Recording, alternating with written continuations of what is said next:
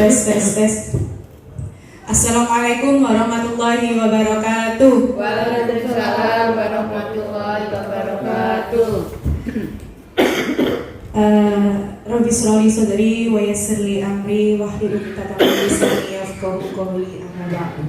Yang terhormat Bapak Rusdi selaku Kepala UPT SD Negeri 24 Gresik. Yang terhormat Bapak Ibu Guru dan staf UPT SD Negeri 24 Gresik. Alhamdulillah, terima kasih atas kesediaannya untuk hadir pada kesempatan ini dalam acara diseminasi atau pengimbasan modul 1.4 budaya positif. Alhamdulillah, hari ini kita diberikan kesehatan dan kesempatan oleh Allah, serta yang kedua kalinya sholawat serta salam marilah tetap kita curahkan kepada Nabi kita Muhammad SAW.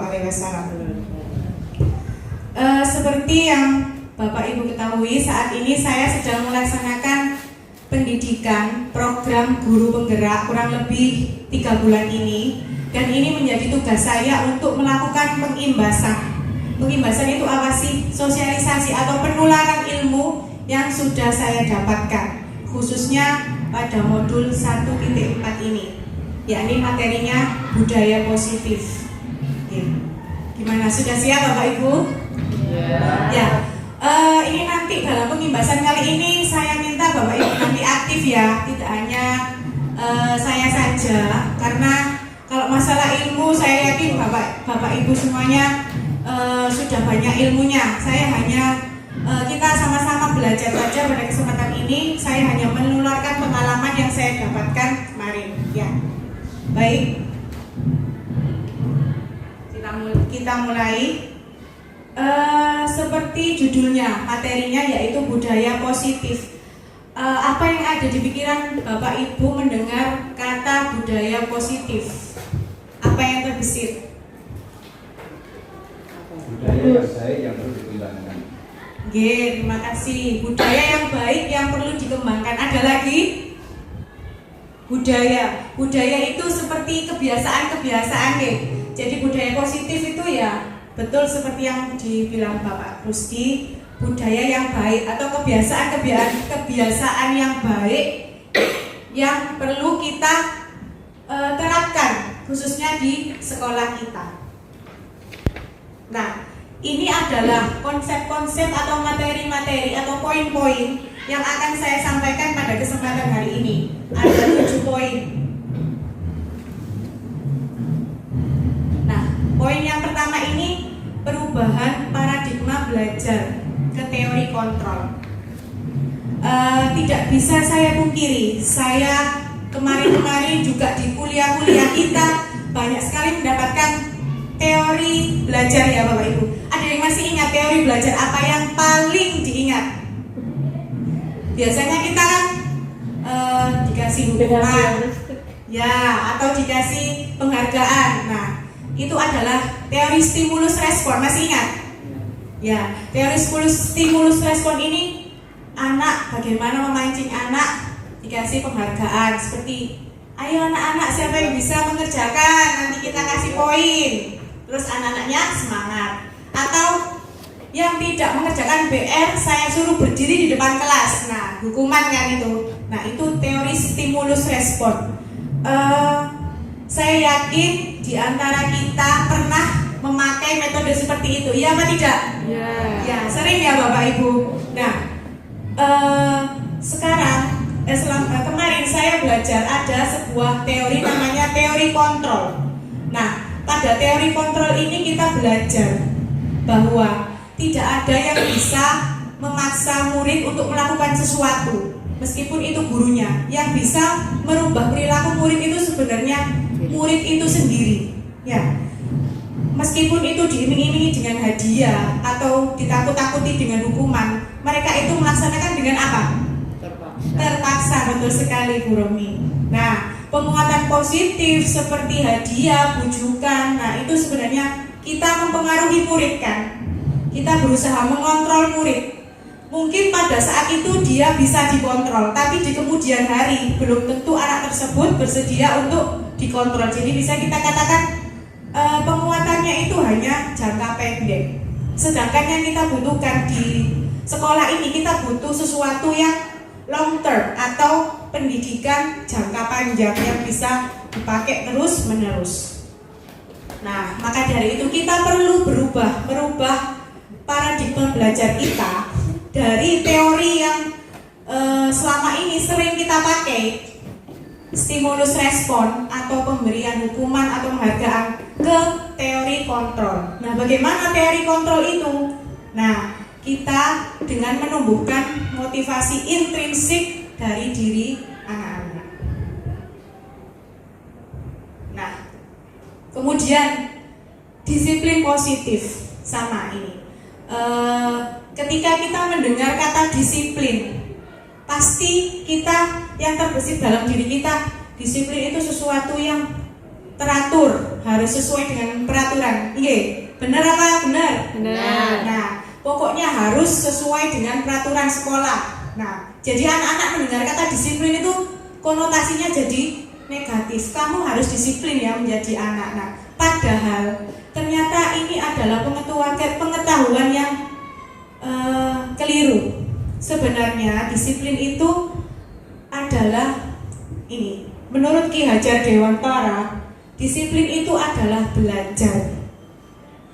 Disiplin itu sejalan dengan disiplin diri, yaitu anak bisa bertanggung jawab atas dirinya sendiri, melakukan sesuatu sesuai kehendaknya sendiri, bukan karena diiming-imingi hadiah dari bu guru atau ditakut-takuti dengan wah nanti kalau saya nggak mengerjakan PR saya dihukum. Nah, berarti dia belum disiplin diri. Nah, sejalan dengan apa yang disampaikan Diana, disiplin artinya adalah belajar. Nah, jadi disiplin ini kita membuat seseorang menggali potensinya, kemudian menjadi sesuatu yang berharga dan bermakna. Jadi kita percaya, anak-anak itu percaya, oh kalau datang ke sekolah tepat waktu itu bukan karena takut dihukum, tetapi dia tuh menghargai dirinya. Saya ini menuntut ilmu harus tepat waktu, biar belajarnya nanti nyaman, tidak tergesa-gesa karena terlambat atau karena apa, tapi dia karena ingin menghargai dirinya sebagai seorang pelajar. Nah, ini PR kita bersama, bagaimana menumbuhkan sebuah disiplin positif dari dalam diri anak tersebut, bukan karena motif yang lain.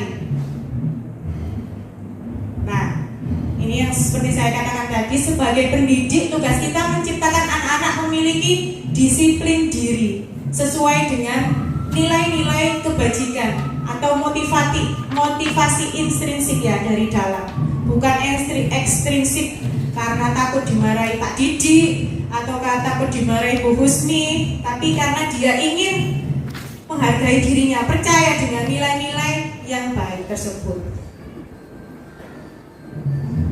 Nah, sekarang kita masuk ke motivasi perilaku manusia.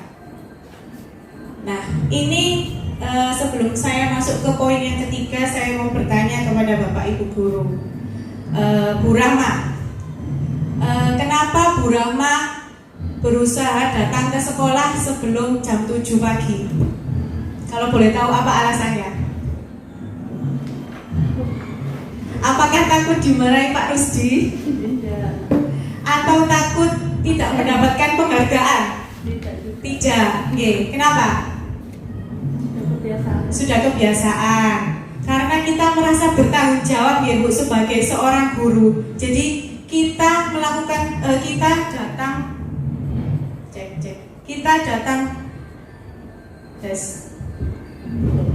kita datang ke sekolah sebelum jam 7 atau karena takut cekloknya merah.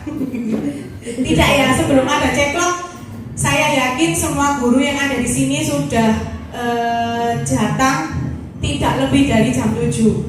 Karena kita sudah percaya bahwa nilai-nilai itu adalah nilai kebajikan yang harus dimiliki seorang guru. Kita menjadi contoh. Nah, itu adalah sebuah motivasi perilaku kenapa kita melakukan hal tersebut. Ini ada 3 motivasi perilaku manusia.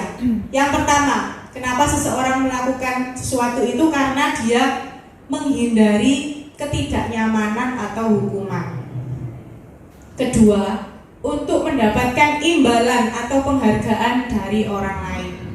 Kemudian yang ketiga, menjadi orang yang mereka inginkan dan menghargai diri sendiri serta nilai-nilai yang mereka percaya. Nah, lagi-lagi tugas kita adalah menumbuhkan motivasi perilaku kepada murid-murid kita yang nomor 3, bukan yang nomor 1 atau 2, tetapi yang nomor 3, menumbuhkan motivasi dari dalam dirinya, intrinsik. Bukan karena anak-anak itu melakukan sesuatu karena takut dihukum atau supaya mendapat poin, supaya mendapatkan hadiah, stiker. Nah, tetapi mereka ingin melakukannya karena dirinya sendiri. Saya harus datang tepat waktu, saya harus mengerjakan PR karena saya adalah seorang pelajar. Nah, ada 3 poin. Ada hukuman, konsekuensi, dan restitusi. Barangkali dari Bapak Ibu Guru Ades bisa membedakan apa hukuman, apa konsekuensi, dan apa restitusi. Ada yang ingin menjawab?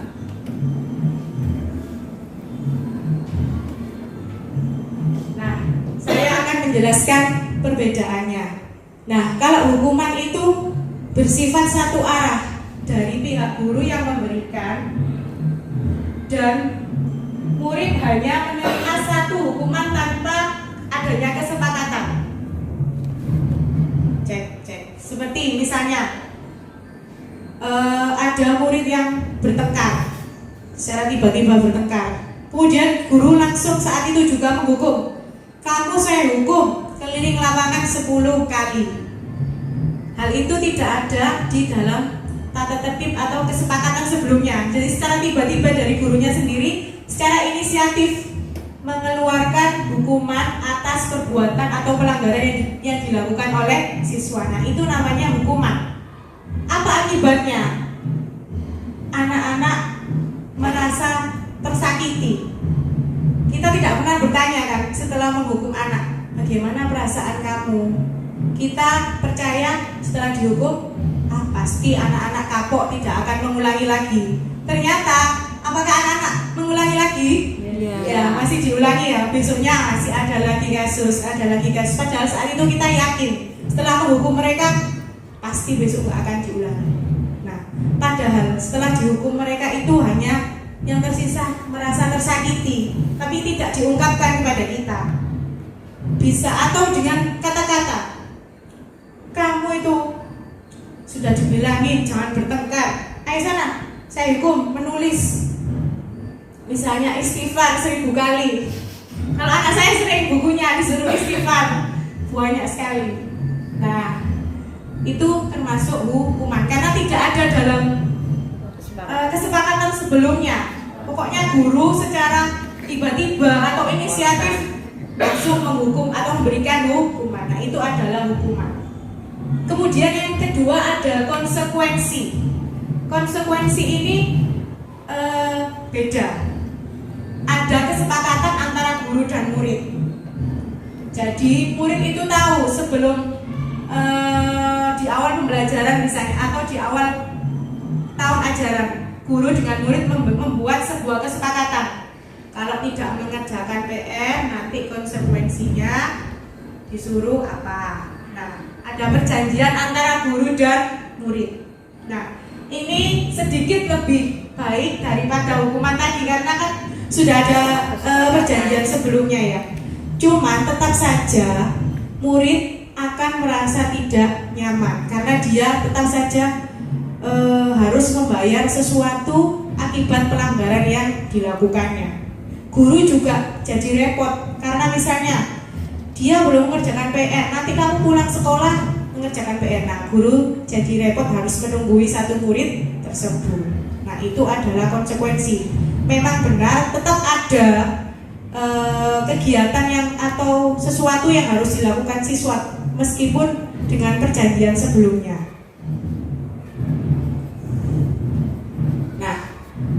dihukum oleh penghargaan. Nah, penghargaan ini seperti yang kita tahu, kita percayai adalah sebuah penguatan yang positif.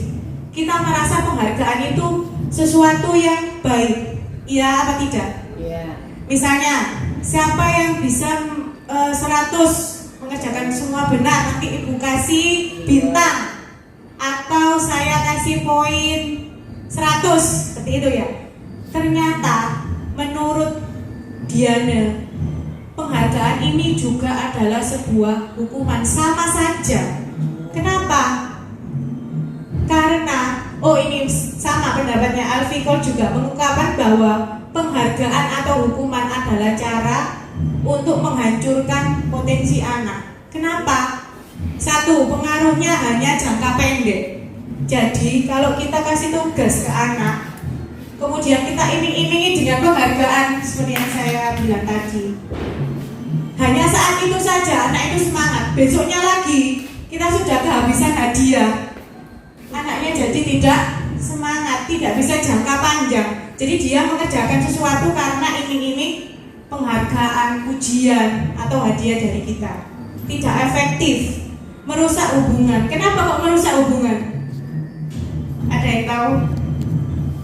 Misalnya di kelas Bu Rama ada Cindy, dia selalu mendapatkan poin yang banyak karena dia mengerjakan dapat 100 poinnya banyak. Sedangkan ada Rani misalnya, dia belum mampu pada pelajaran tersebut sehingga dia tidak dapat poin. Secara tidak langsung dia timbul rasa iri terhadap teman yang mendapatkan poin 100 tadi, sudah banyak tadi, sehingga hubungannya tidak baik. Tidak hanya itu, misalnya kita sesama guru saja, itu selalu dapat pujian. Misalnya, wah pialanya banyak, poinnya banyak, apalagi di kalangan perusahaan. Nah itu suami saya juga sering mengeluhkan hal itu. Nah itu menjadi sikutan kalau bahasa kita ya Bu ya. Nah itu yang dinamakan merusak hubungan, menurunkan kualitas, mematikan kreativitas. Nah jadi anak ini hanya terpacu untuk mendapatkan itu, bukan karena dia ingin melakukan karena keinginannya sendiri. Jadi penghargaan ini sebenarnya sifatnya sama juga dengan hukuman, mematikan kreativitas, tidak menimbulkan motivasi intrinsik. Nah, yang ketiga ini restitusi. Ini adalah sebuah pendekatan yang kita harus implementasikan. Jadi mulai kita tinggalkan hukuman dan penghargaan, kita sebaiknya beralih ke pendekatan restitusi. Apa itu restitusi? Menciptakan kondisi bagi murid untuk memperbaiki kesalahan mereka sehingga mereka bisa kembali pada kelompoknya dengan karakter yang lebih kuat. Kemudian mengajak murid untuk mencari solusi sendiri, membantu murid berpikir kenapa mereka melakukan itu, apa solusi yang bisa mereka lakukan untuk memperbaiki diri. Jadi murid itu dia tidak akan tersakiti karena hukuman tadi, tapi dia lebih karakternya yang kita tumbuhkan. Nanti akan saya bahas restitusi lebih mendalam dan contoh pengaplikasiannya di akhir ya Bu. Poin selanjutnya, kebutuhan dasar. Nah, selama ini kita menemui pelanggaran-pelanggaran yang dilakukan oleh siswa-siswa kita, tanpa kadang kita tidak bertanya kepada mereka, kenapa sih kok mereka melakukan itu? Sebenarnya anak-anak yang melakukan pelanggaran itu karena kebutuhan dasarnya belum tercapai. Nah, ini adalah 5 kebutuhan dasar manusia menurut Dr. William Glasser dalam bukunya Choice Theory. Yang pertama, bertahan hidup. Ada kesehatan, rumah, makanan, perasaan aman. Kemudian kebutuhan yang kedua, kasih sayang dan rasa diterima. Nah, dia biasanya ada anak yang caper ke kita ya. Nah, itu sebenarnya dia ingin mendapatkan kebutuhan kasih sayang, mungkin di rumah dia nggak mendapatkan itu. penguasaan. Nah, ini yang biasanya anak yang besar-besar laki-laki itu ingin membuktikan kemampuannya, ingin pengakuan atas kemampuannya. Jadi merasa menang, merasa kuat atau merasa hebat. Kebebasan. Nah, dia ingin bebas, tidak ingin dikekang. Atau yang terakhir ini kesenangan. Nah, senang bermain di luar kelas misalnya, senang bermain. Nah, ini adalah 5 kebutuhan dasar manusia yang sebenarnya anak-anak kita itu melakukan sesuatu pelanggaran itu mereka ingin 5 kebutuhan dasar ini ada yang tidak terpenuhi. Nah, ini tadi. Nah, kita sebagai pendidik diharapkan mencari tahu kebutuhan dasar apa sih yang ingin dicapai anak ini. Kebutuhan dasar mana yang belum terpenuhi sehingga anak ini kok bisa berperilaku negatif. Dengan begitu kita bisa menyikapi, oh, nanti kita cari solusi bersama dengan anak tersebut. Kenapa kamu melakukannya? Terus solusi apa yang bisa kamu lakukan? Jadi kita kembalikan lagi solusi ke anaknya. Ini saya ada contoh biar nggak ngantuk. Nah, ada sebuah kasus Bimo, seorang anak TK selalu berlari keluar kelas menuju jalan raya di depan sekolahnya yang ramai dengan kendaraan. Nah, tingkahnya membuat Bu Ani bingung dan seringkali lari mengejarnya. Aku senang main kejar-kejaran dengan Bu Guru, seru. Nah, kalau kita mengidentifikasi kasus ini, kira-kira kebutuhan dasar apa yang ingin dicapai oleh si Bimo ini? Kasih sayang. Ingin Apa? Ada yang kasih sayang, ada yang kesenangan, kebebasan. Nah, dia aku senang main kejar-kejaran dengan ibu guru, seru. Nah, dari kata senang ini kita bisa, oh ternyata dia itu masih ingin mencari kesenangan di sekolah. Nah, maka dari itu kita alihkan bagaimana supaya anak ini tercapai atau terpenuhi kesenangannya dengan kegiatan yang lain yang ada hubungannya dengan pembelajaran. Jadi guru harus kreatif. Setelah mencari tahu kebutuhan dasarnya apa, nah kita berusaha memenuhinya dengan kegiatan yang lain. Ini ada kasus yang kedua lagi. Dinda, anak kelas 3 SD, begitu tiba di rumah sepulang sekolah menangis dan mengadu pada ibunya bahwa dia benci kepada Ibu Rani, gurunya. Ibu guru tidak menyapaku hari ini, padahal aku pakai jepit rambut baru. Nah, kira-kira kebutuhan apa yang ingin dipenuhi oleh Dinda? Ya jelas ya ini ya, cinta dan kasih sayang. Dia itu ingin diperhatikan. Maka dari itu gurunya harus jeli kepada siswanya. Ada yang pakai jepit baru tidak dihiraukan. Kita, wah jepitnya baru gitu saja, aneh sudah seneng ya Bu ya, sehingga dia tuh ngambek, nggak mau nulis, nggak mau ngerjakan, biasanya kan gitu. Anak kelas 1 ya Bu, pasti ada yang begitu. Nah, ini pentingnya kita mengetahui kebutuhan dasar apa yang ingin dicapai oleh murid kita. Selanjutnya kita ke poin kelima, posisi kontrol. Nah, ini masih dari Diane Gosen dalam bukunya. Ada 5 posisi kontrol yang bisa diambil oleh guru, atau yang guru bisa memposisikan di 5 posisi kontrol ini. 1. Penghukum. 2. Pembuat merasa bersalah. 3. Pemantau. 4. Teman. Dan terakhir manajer. Nah, setelah mencermati kelima posisi kontrol ini, apakah Bapak Ibu guru merasa pernah berada di posisi penghukum? Pernah. Pembuat merasa bersalah? Bisa dengan kalimat, kata-kata, atau perbuatan kita. Pernah ya? Pemantau saja, tidak menghukum, tidak bereaksi apa-apa. Nah, saya akan jelaskan satu persatu. Posisi kontrol yang pertama ini adalah penghukum. Sesuai dengan namanya ya, penghukum. Jelas saja kita menghukum siswa. Nah, hukuman ini bisa fisik atau verbal. Hasilnya mungkin murid marah, dendam, atau sakit hati, malah bersikap agresif setelah kita hukum. Nah, ciri-ciri kalimatnya begini. Patuhi aturan saya, atau awas ya kalau kamu mengulangi lagi. Kamu selalu saja melanggar lagi, selalu saja salah. Selalu, pasti, selalu yang terakhir selesai mengerjakannya. Nah, kata-katanya seperti itu, tapi nyelekit ya Bapak Ibu. Nah, guru senantiasa percaya hanya ada satu cara agar pembelajaran berhasil, yaitu dengan menghukum.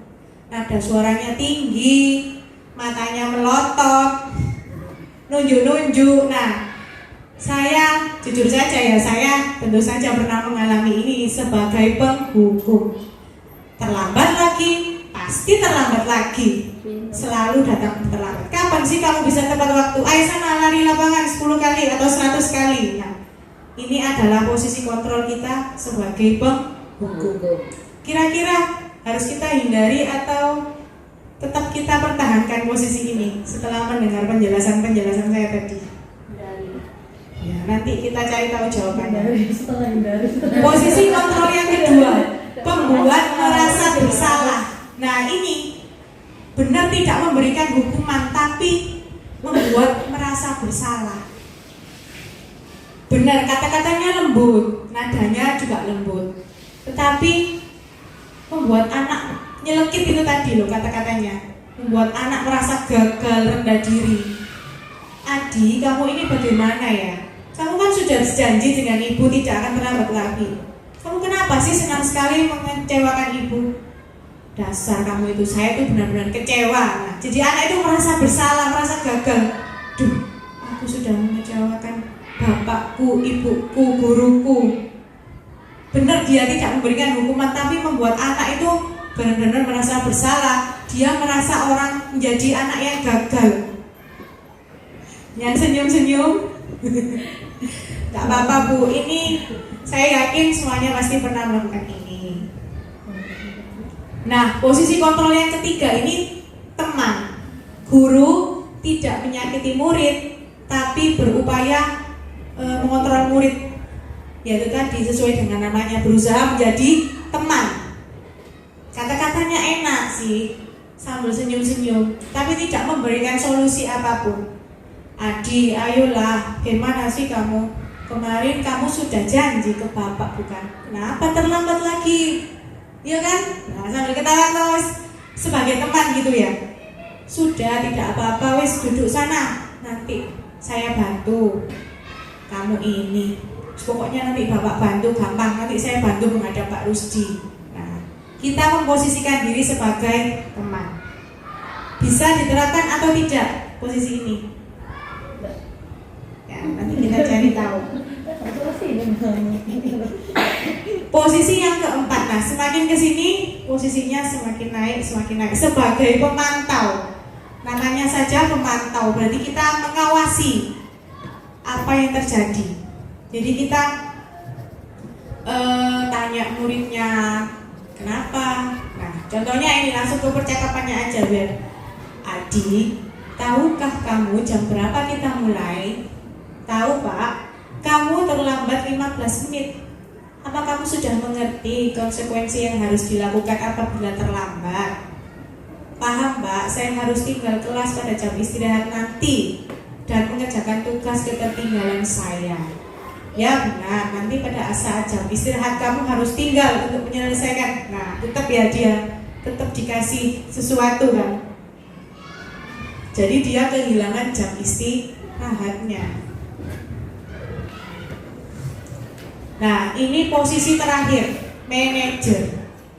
Guru berbuat sesuatu dengan murid, mempersilahkan murid mempertanggungjawabkan perbuatannya, tetapi membiarkan murid itu untuk mencari solusi dari perilakunya sendiri. Muridnya yang disuruh mencari solusi sendiri, tapi tidak dibiarkan ya dengan pertanyaan-pertanyaan pemantik atau pemancing. Apa yang bisa kamu lakukan? Nah, contohnya ini. Adi, apakah kamu mengetahui jam berapa sekolah dimulai? Ya Pak, jam 7. Jadi kamu terlambat. Kira-kira bagaimana kamu memperbaiki masalah ini? Kita kembalikan lagi ke muridnya.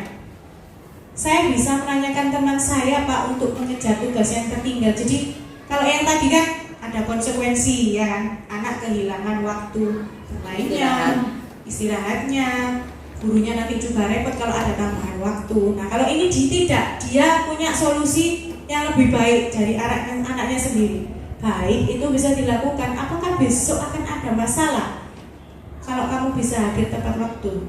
Jadi anak ini akan berpikir, oh berarti besok saya jangan sampai terlambat lagi. Tidak selesai sampai hari ini sudah melakukan tanggung jawab tidak, tetapi bagaimana upayanya supaya atau solusinya supaya besok tidak terlambat lagi. Tidak, Pak, saya bisa hadir tepat waktu. Baik, saya hargai usahamu untuk memperbaiki diri. Nah, dari kelima posisi kontrol ini tadi Bapak Ibu, kira-kira posisi mana yang harus atau sebaiknya kita hindari? Penghukum. Ya, betul sekali, penghukum dan pembuat merasa bersalah. Ini harus benar-benar kita hindari. Nah, kalau bisa kita itu sebisanya lah mencapai posisi yang kelima ini sebagai manajer. Tapi tidak menutup kemungkinan kita bolehlah sekali-kali ada di pemantau atau sebagai teman. Tapi yang diharapkan dari teori ini, guru itu ada di posisi kontrol yang kelima sebagai manajer. Tidak menghukum, tidak menjudge murid, tidak mengucapkan kata-kata yang membuat murid merasa bersalah tadi, tetapi menanyakan kepada murid apa alasannya, kemudian membiarkan murid mencari solusi sendiri.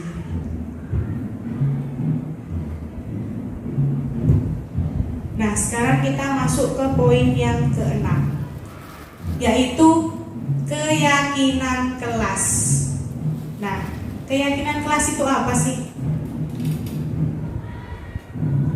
Ya, saya mau tanya Bu Yuni sekarang. Bu Yuni, kenapa Bu Yuni kalau bersepeda memakai helm dan memakai masker pada pandemi kemarin? Memakai masker biar tidak tertular. Kalau memakai helm kenapa? Biar kalau jatuh ya enggak Keselamatan ya. Nah, betul sekali. Bukan karena takut polisi ya, Bu? Bukan. Nah, ini yang dinamakan nilai keyakinan. Kita yakin kalau memakai helm itu membuat kita selamat. Kita yakin kalau memakai masker saat pandemi itu membuat kita tidak tertular virus. Nah, ini yang dinamakan nilai keyakinan. Jadi nilai-nilai kebaikan atau nilai-nilai kebajikan yang disepakati. Anak Bu Guru tadi yakin kalau pakai helm selamat, kalau pakai masker sehat, gitu ya. Nah, ini yang harus kita tumbuhkan ke murid-murid kita. Keyakinan kelas yang seperti apa yang ingin dicapai dalam sebuah sekolah. Nah, seseorang akan lebih tergerak dan bersemangat. Gak pakai disuruh ya Bu pakai helm atau pakai masker, meskipun pakai masker kan, gak pakai masker gak ada yang marahi ya. Ada. Kita secara sendirinya pakai masker terus kan di mana-mana akhirnya waktu pandemi kemarin kan. Karena kita yakin. Nah, ini motivasi intrinsik kita sudah tumbuh tanpa ditakut-takuti, tanpa ada ditilang polisi. Kita yakin pakai helm dan pakai masker itu bikin kita selamat. Berarti nilai keselamatan yang ingin kita capai. Nah, ini yang namanya nilai keyakinan atau keyakinan. Seseorang lebih tergerak dan bersemangat melakukan keyakinannya daripada peraturan. Kalau peraturan kan dilarang terlambat sekolah, anak-anak harus. Nah, ada harusnya ini. Jadi kita merasa terbebani, ada sesuatu yang memaksa. Tapi kalau karena kita yakin tadi pakai masker dan pakai helm, karena yakin dari diri kita, jadi kita tidak terbebani, wis otomatis pakai helm, pakai masker. Nah, ini yang harus kita tumbuhkan kepada anak-anak kita.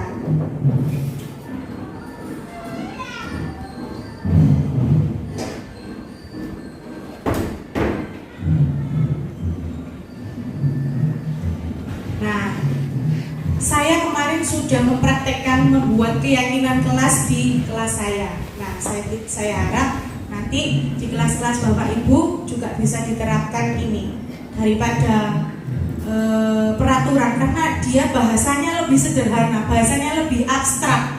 Kalau peraturan kan anak-anak harus membersihkan kelas setiap hari sesuai dengan jadwal piket. Nah, itu kan lebih rinci, lebih memaksa bahasanya. Tapi kalau keyakinan nanti bisa dengan kebersihan, gampang. Bahasanya itu cuma satu kata itu saja sudah boleh.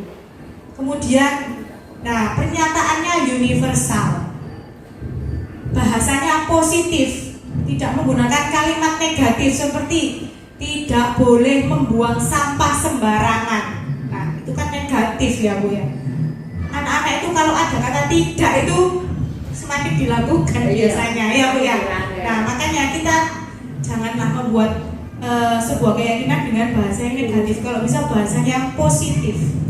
Kebersihan, nah kebersihan itu sudah cukup. Membersihkan kelas, tidak membuang sampah, kemudian langsung pokoknya tentang kebersihan ya itu tadi ya. Bahasanya abstrak dan universal. Kemudian semua warga kelas berkontribusi. Nah, saya punya contoh kalimat-kalimat yang kira-kira dari ini kan seperti peraturan ya. Kira-kira kalimat peraturan ini kalau kita bisa membuatnya menjadi kalimat keyakinan, kira-kira menjadi kalimat yang bagaimana? Yang umum. Nah, saya kasih contoh ya. Ini misalnya.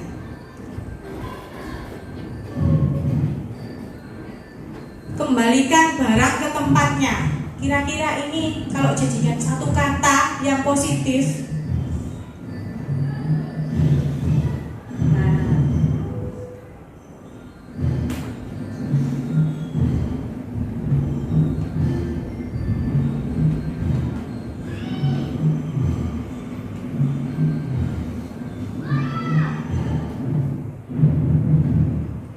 Kira-kira ini apa? Tentang apa? Kalau kita mengembalikan barang orang lain, berarti kita apa? Menghargai kan? Menghargai barang tersebut. Jadi kita cukup satu kata saja, menghargai. Menghargai kan luas, bisa menghargai barang, menghargai teman. Ini juga. Nah, gampang kan Bu ya membuat kalimat keyakinan. Menghargai. Ilo-iloan bapak biasanya ya kan yang sering. Kemarin saya ingatkan, ayo kan kita sudah punya keyakinan menghargai. Kalau kamu mengejek nama orang tua berarti melanggar keyakinan yang mana ya? Menghargai. Iya, diulangi lagi apa tidak? Tidak Bu. Kekerasan juga sama, kita menghargai, anak menghargai. Ini juga. Nah, merokok sama masker ini masuk ke menjaga kesehatan. Gampang ya Bu, kalimatnya itu lebih umum, bisa mudah dimengerti oleh anak-anak daripada dilarang membuang. Nah, kalau mungkin anak kelas 1 lebih diingatkan lagi dengan bahasa yang lebih gurunya memberikan pemantik-pemantik. Anak-anak kebersihan itu termasuk tidak membuang sampah, melaksanakan piket, nah seperti itu.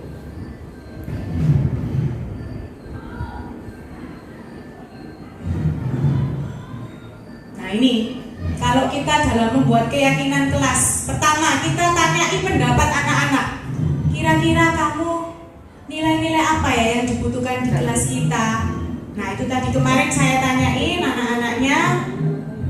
Setelah itu anak-anak memberikan masukan-masukannya, ditempel, dikumpulkan, ditempel, lalu kita dari curah pendapat yang disampaikan anak-anak tadi kita susun menjadi nilai-nilai keyakinan dan disepakati bersama anak-anak, guru, dan kalau bisa perwakilan wali murid. Nah ini, yang pertama saya minta anak-anak, ayo anak-anak, silahkan mencurahkan pendapatnya.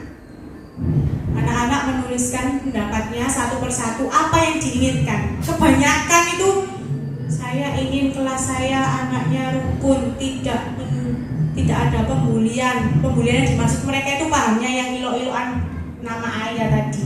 Itu yang banyak. Berarti nomor satu kita berhasil merumuskan nilai keyakinan ini. Nah ini dikumpulkan setelah mereka mencurahkan isi hati yang ingin dicapai, keyakinan apa, mereka mengumpulkan satu persatu. Nah, akhirnya dari hasil curahan anak-anak itu tadi berhasil membuat keyakinan kelas. Tidak perlu banyak-banyak, 3, 5, atau 7. Ini ada saling menghargai, kebersihan, kesehatan, rukun, sopan santun, dan bertanggung jawab. Jadi ini adalah keyakinan kelas 5 yang sudah disepakati oleh saya bersama anak-anak. Kalau ada yang melanggar, tinggal diingatkan saja. Apakah perbuatanku ini melanggar keyakinan kelas yang mana? Nah, nanti ingat. Sekarang kita masuk ke poin terakhir, segitiga restitusi. Ada yang pernah mendengar? Belum? Nah, karena restitusi tadi sudah dibahas di awal ya Bu ya. Jadi kita menciptakan kondisi supaya anak bisa memperbaiki kesalahannya sendiri ya, tanpa memberikan hukuman. Nah, segitiga restitusi ini ada tahapan-tahapan praktek restitusi. Ada 3 tahap.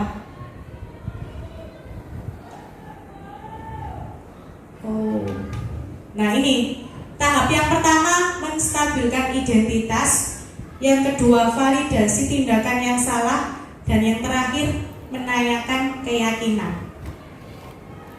Kemarin saya juga sudah mempraktekkan ini. Nah, tahap yang pertama menstabilkan identitas. Anak itu kalau melanggar sesuatu itu, kalau dihukumkan dia tadi yang merasa gagal. Nah, kita stabilkan. Kamu kalau jadi anak yang melakukan kesalahan itu bukanlah anak yang gagal. Kita angkat lagi karakternya ya. Kita tumbuhkan lagi karakternya. Bisa mengatakan dengan kalimat-kalimat yang membangun. Tidak apa-apa, berbuat salah, semua orang pasti pernah melakukan kesalahan. Tidak ada manusia yang sempurna. Kita bisa menyelesaikan ini. Adem kan Bu jadinya, yang tadinya panas. Nah, kamu berhak kok merasa begitu karena ada yang ingin dicapai dan yang belum terpenuhi kebutuhannya. Nah, tahap yang kedua, validasi tindakan yang salah. Setiap tindakan kita dengan yang dilakukan itu anak-anak pasti ingin memenuhi kebutuhan dasarnya. Nah, kebutuhan dasar apa? Ini yang kita cari tahu. Padahal kamu bisa ya melakukannya lebih buruk dari ini. Kamu pasti punya alasan kenapa begini. Ibu tahu, ibu yakin. Nah, kamu patut bangga karena kamu telah melindungi sesuatu. Kamu boleh mempertahankan sikap itu, tapi harus, nah ini solusinya apa? Nah, tahap yang ketiga, menanyakan keyakinan. Karena tadi kita sudah membuat keyakinan kelas, kita kembalikan lagi ke anak-anak. Kira-kira tindakanmu ini bertentangan dengan nilai keyakinan yang mana ya? Nanti dia akan berpikir, oh iya, saling menghargai atau bertanggung jawab, nilai kesehatan, nilai kebersihan. Kita kembalikan lagi. Kira-kira kamu mau jadi orang yang seperti apa? Nah, baru setelah ini kita biarkan anak untuk menemukan solusinya sendiri. Kita arahkan. Kita nggak boleh memberikan solusi, tapi anak sendiri kita gali, kita beri pertanyaan-pertanyaan pemantik. Ini yang kemarin contohnya.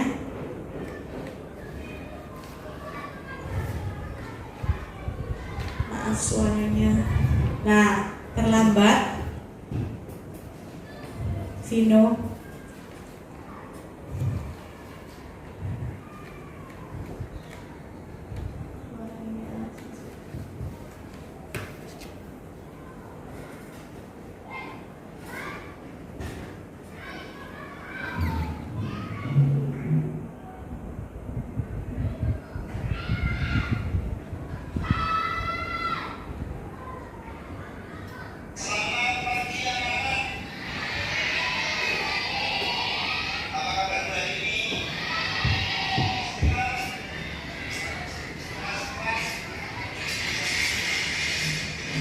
Ini praktek segitiga restitusi. Ada anak yang terlambat.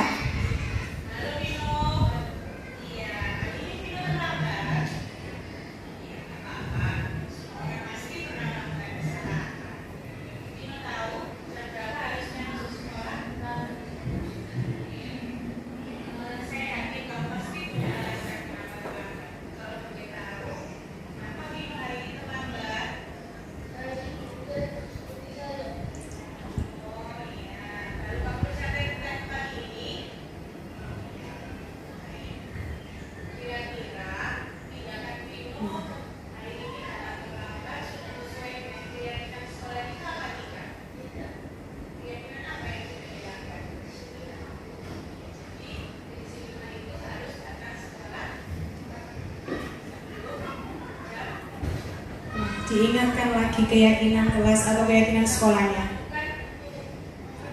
Kembalikan lagi ke anak apa yang bisa dilakukannya supaya tidak terlambat lagi. Bukan gurunya yang mendikte atau memberikan solusi.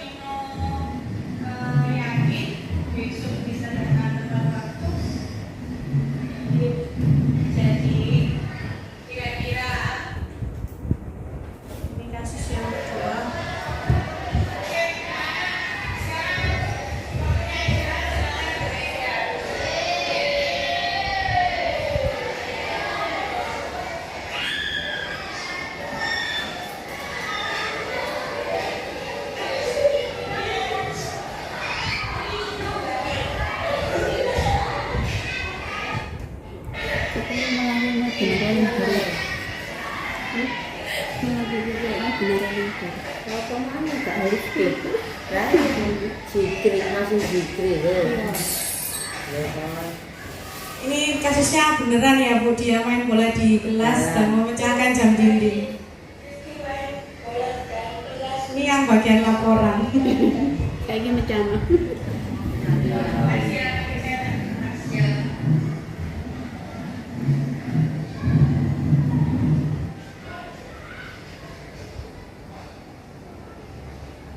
Nah, kita yang susah itu sabar ya Bu ya. Memang tidak mudah mempraktekkan segitiga restitusi ini. Butuh kesabaran dan butuh waktu juga. Ini tidak menutup kemungkinan besok anaknya mengulangi lagi. Nah, karena kita menciptakan budaya positif, jadi tidak mudah. Memang membutuhkan waktu yang lama. Bagaimana motivasi intrinsik itu bisa terbentuk. Tidak bisa dilakukan dengan waktu semalam atau 1-2 hari saja.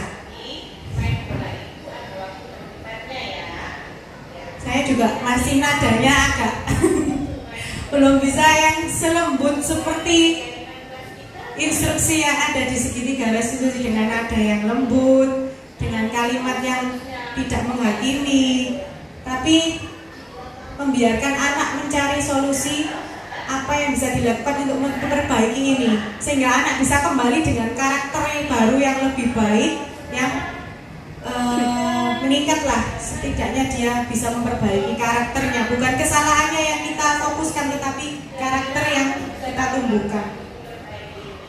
Nah, dia menyarankan sendiri ini, bukan dari saya.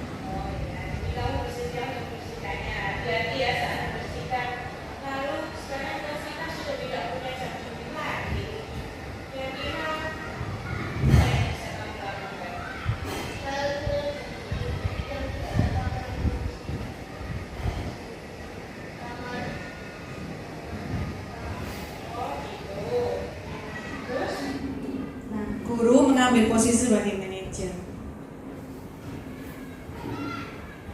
Ini tanggapan anak-anak, mereka senang karena tidak dihukum. Apalagi yang ini Rizky tadi, dia pikirannya sudah waduh memecahkan jam dinding, aduh saya ini dihukum apa ya. Ternyata tidak dihukum. Jadi psikologis anak lebih tenang, lebih nyaman, tidak tersakiti. Tapi nilai keyakinannya kita tumbuhkan. Jangan dia bisa menumbuhkan sendiri. Oh, besok saya nggak main bola lagi di kelas. Nah, Tetapi tidak menutup kemungkinan ini bisa langsung berhasil dalam sekali praktek ya Bu ya. Ini karena kita mendidik karakter anak, jadi tugas kita ya berat. Sedikit demi sedikit setiap hari kita tanamkan disiplin positif, budaya positif, hingga nantinya terbentuk motivasi intrinsik. Kemarin instruktur saya bilang, sudah di sekolah dasar ya, mengajar sekolah dasar beliau, setiap hari sudah ditanamkan ini budaya positif ini. Tetapi ya anak-anak ya masih gitu-gitu aja. Baru bisa melihat hasilnya kadang ada yang di SMP, di SMA baru terlihat karakter baiknya itu. Karena kita kan pendidikan dasar ini kan kita dasarnya terbentuknya anak kan dari gini. Jadi ini tugas kita bersama. Mari kita sedikit demi sedikit beralihlah dari tadi ada stimulus respon yang menghukum, memberikan apa tadi iming-iming, kita sedikit demi sedikit bagaimana beralih ke budaya positif dengan menumbuhkan keyakinan atau dan juga segitiga restitusi. Sampun ini tadi materi yang saya jelaskan, barangkali dari Bapak Ibu guru punya saran, komentar atau pertanyaan, silakan. Mungkin Bapak Rizky. Terima kasih. Terima kasih. Juga saya ingin bertanya, ini sudah. Materinya cukup menarik. Saya belum pernah dengar istilah-istilah yang baru ya. Yang saya tangkap ini mirip-mirip dengan coaching klinik ya. Mungkin nanti bisa dijelaskan. Kemudian ada beberapa hal yang perlu saya tanyakan. Suatu ini ya, kebiasaan seperti memakai masker dan sebagainya, tidak pakai helm dan sebagainya itu bisa dibentuk tidak dengan suatu paksaan. Karena kadang-kadang kita untuk membentuk suatu kebiasaan itu dengan paksaan. Misalkan anak bangun pagi, itu awal-awal ya kita paksa ya bangun pagi, sehingga akan terbentuk satu kebiasaan. Nah itu mungkin ya kadang-kadang memang itu sudah bisa berhasil. Nah, tapi tadi di samping tulis mungkin beda ya. Suatu kebiasaan mungkin dengan pasangan juga kadang-kadang bisa terjadi. Kemudian memang banyak kita itu kadang-kadang menghukum. Ya saya cuma begini. Kalau saya menghukum itu tidak dengan emosi ya, tapi dengan hati. Maksud saya begini. Saya menyampaikan ke anak itu ya sebaik mungkin. Ya tetap menyampaikan dengan sebaik mungkin. Jadi anggaplah itu seperti anak kita memang ya. Setiap anak itu kita anggap sebagai anak kita dalam pembelajaran itu. Jadi misalkan kita menghukum anak ya, menyampaikan ke anak atau mari anak itu mungkin ya ini ya tidak marah yang pakai emosi ya, tapi dengan kasih sayang. Ya, itu mungkin nggak tahu ya itu nanti apa juga efeknya beda. Misalnya kita marah-marahnya itu dengan emosi atau dengan hati ya. Itu mohon mungkin nanti dijelaskan sedikit Bu Lilis. Kadang-kadang kita juga butuh marah ya. Iya, ada marah terus. Tapi saya tidak jarang marah. Kan tanya anak saya dulu. Saya itu kebanyakan lebih ini ya. Kadang-kadang saya itu lebih mengerjakan sendiri daripada memarahi anak atau istri atau apa. Saya kerjakan sendiri. Iya. Saya sering begitu. Jadi mohon nanti keteladanan itu juga penting di sini di dalam pembentukan kebiasaan. Itu beberapa yang saya tanyakan, mohon untuk nanti ditanggapi. Terima kasih. Terima kasih Pak Rusdi pertanyaannya. Ini yang saya jelaskan adalah materi budaya positif modul 1.4. Sebelumnya ini ada materi Pak sebenarnya. Modul 1.1 itu tentang pemikiran filosofi Ki Hajar Dewantara yang berisi kebiasaan-kebiasaan. Jadi bagaimana anak itu lama-lama terbentuk tadi karakternya dengan kebiasaan. Karena tadi Pak Rusdi bertanya bagaimana menumbuhkan kebiasaan dengan paksaan. Nah, tentu saja efektif. Tetapi kita inginnya kebiasaan itu jangka pendek atau jangka panjang. Yang kita tumbuhkan berusaha di sini tumbuhkan adalah kebiasaan yang long term atau jangka panjang. Jadi seperti hukuman, paksaan, penghargaan itu sangat efektif ya Bu. Maka dari itu kita sering melakukan itu. tapi itu short term saja, jangka pendek. Nah, kita di sini teori ini berusaha menciptakan bagaimana sih supaya motivasi intrinsik ini tumbuh dan tetap ada dalam diri anak ini panjang, yaitu dengan menumbuhkan keyakinannya. Mungkin ketika dipaksa anak, ayo bangun pagi, bangun dia. Kemudian setelah itu kita tambahin juga dengan pengertian, kenapa sih harus bangun pagi? Sehingga anak itu meyakini, oh aku harus bangun pagi karena aku satu, sholat, persiapan sekolah, supaya tidak terlambat. Benar sekali. Saya juga memaksa anak saya waktu awal-awal SD, ayo harus bangun, dan efektif anaknya bangun karena dipaksa. Tetapi kita perlu tumbuhkan juga motivasi intrinsiknya dari dalam diri anak.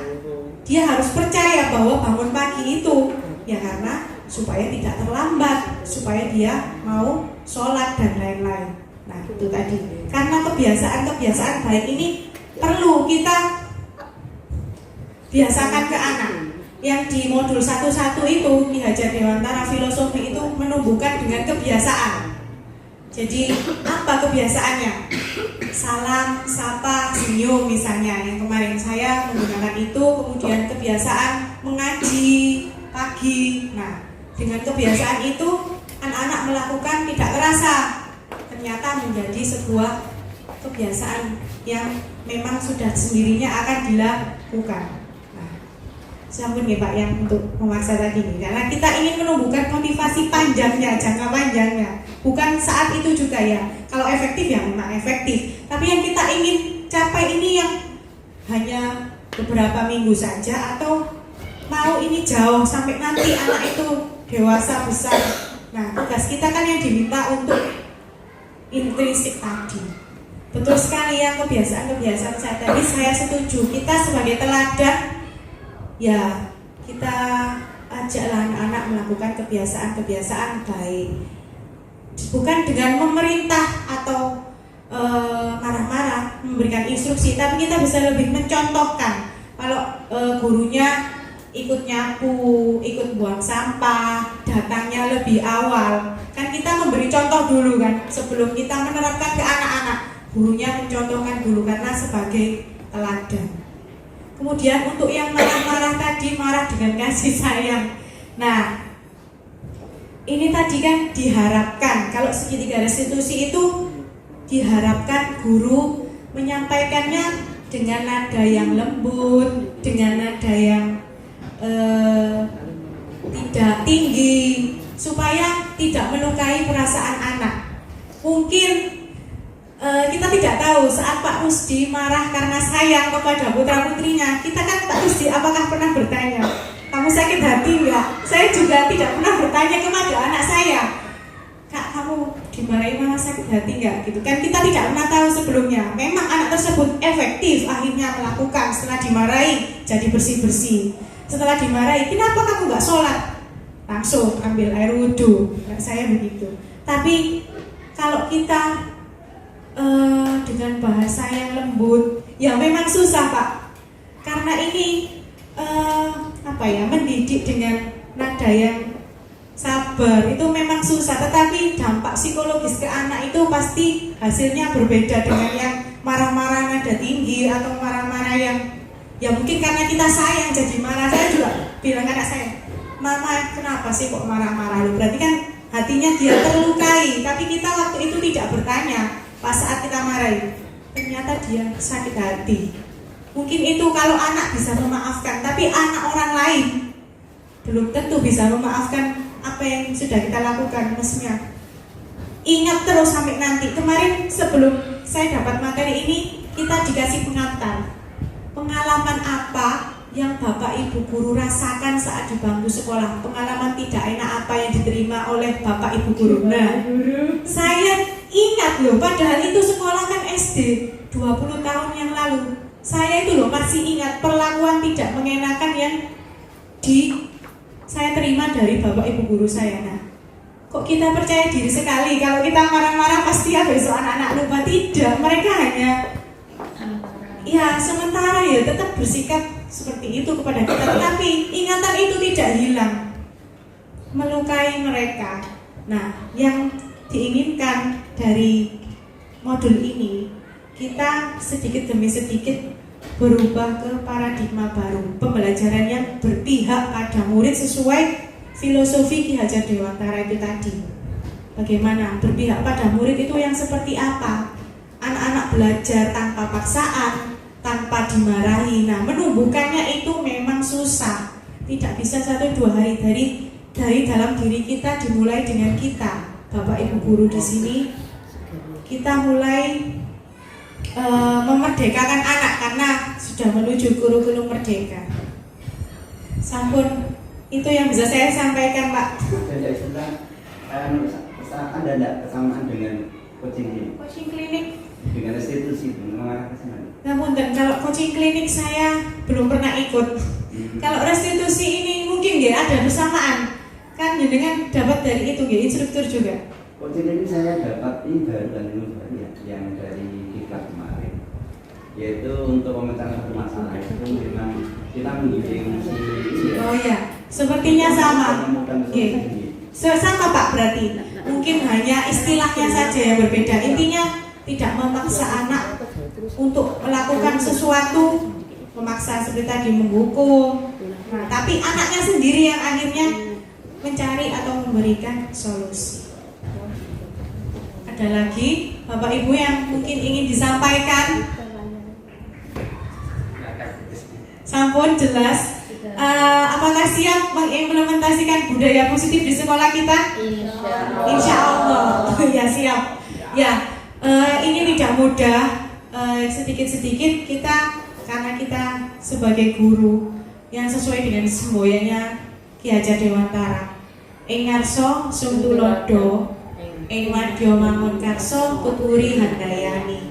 Di depan kita memberikan semangat, di tengah-tengah juga kita di depan memberikan contoh, di tengah kita memberikan semangat, dan dari belakang memberikan dorongan. Kita beri contoh dulu yang pertama, kemudian kita beri semangat dan kita beri dorongan untuk anak-anak kita.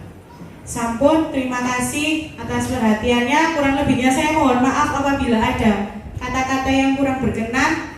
Terima kasih sekali lagi atas kesediaan dan supportnya dalam kesempatan ini. Wassalamualaikum warahmatullahi wabarakatuh.